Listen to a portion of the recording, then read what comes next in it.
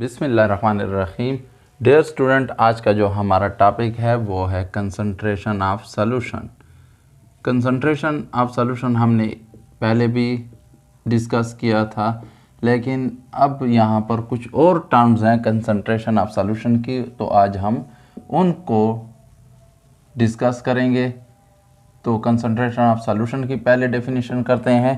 Concentration of solution क्या है? It is the ratio or measure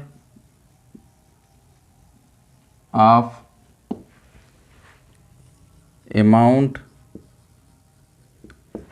of solute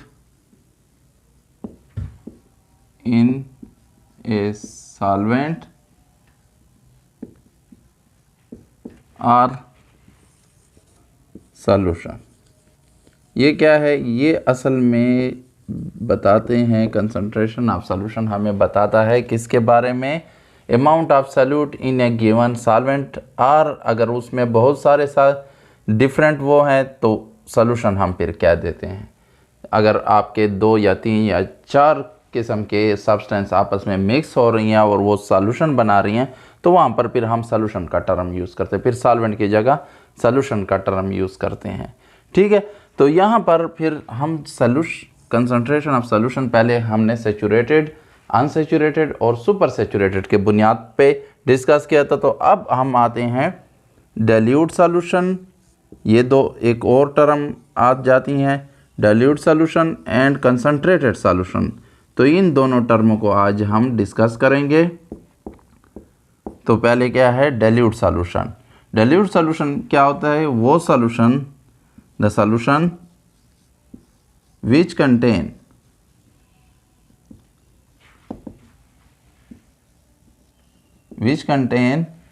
small amount of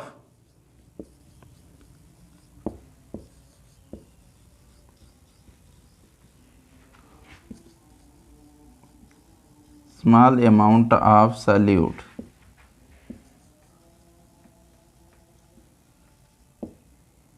ठीक है, तो उस ऐसे सॉल्यूशन को हम क्या कहेंगे? Dilute solution.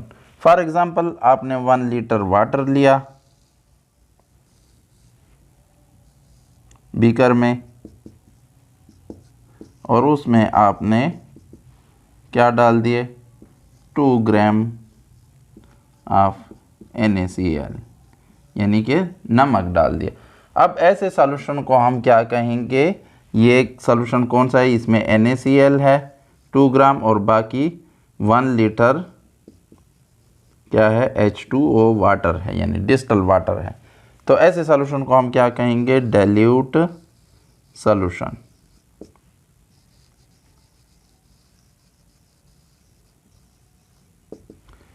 या आप लोगों ने घरों में बैटरीज देखी होंगी, लेड स्टोरेज बैटरीज जो घरों में होती हैं, तो उसमें क्या होता है?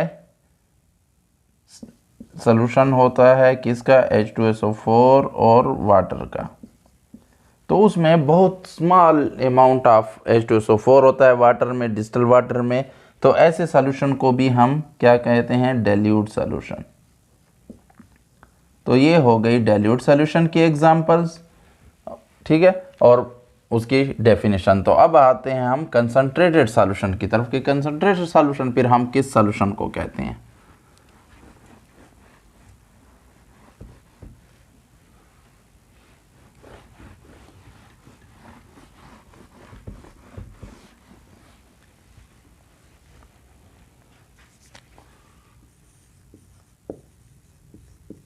तो दूसरी टर्म क्या है? Concentrated solution.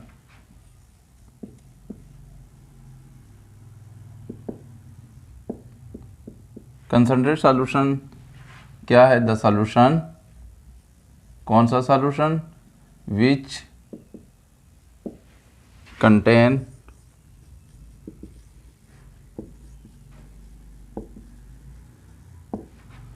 large amount of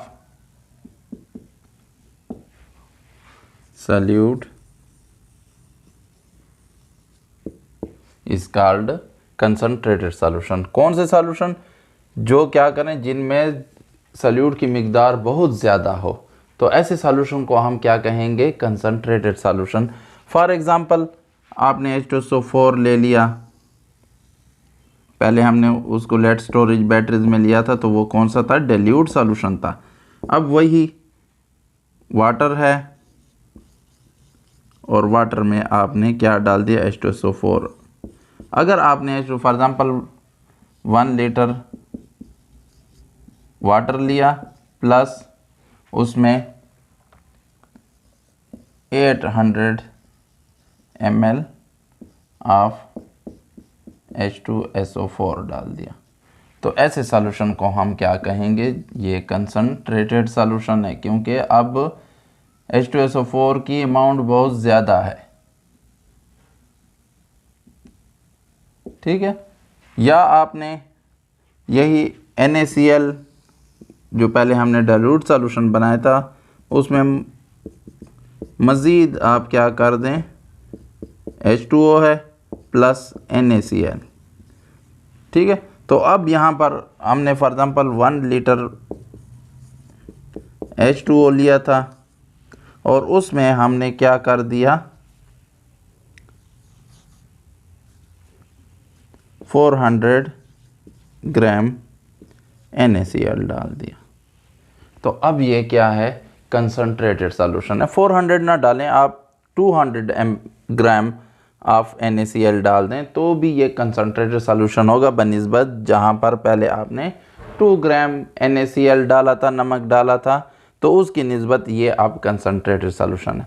तो इसी तरह हम कंपैरिजन भी करते हैं मुख्तलिफ सॉल्यूशन की, एक ही सॉल्यूट के उसी सॉल्वेंट के साथ मुख्तलिफ कंसंट्रेशन में सॉल्यूशन बनाते हैं, तो फिर हम वहाँ पर कंपैरिजन करते हैं। जिसमें हमने ज़्यादा अमाउंट ऑफ सॉल्यूट डाली है तो हम कहते हैं ये कंसंट्रेटेड है, more concentrated than that one, and that one is more concentrated from that one.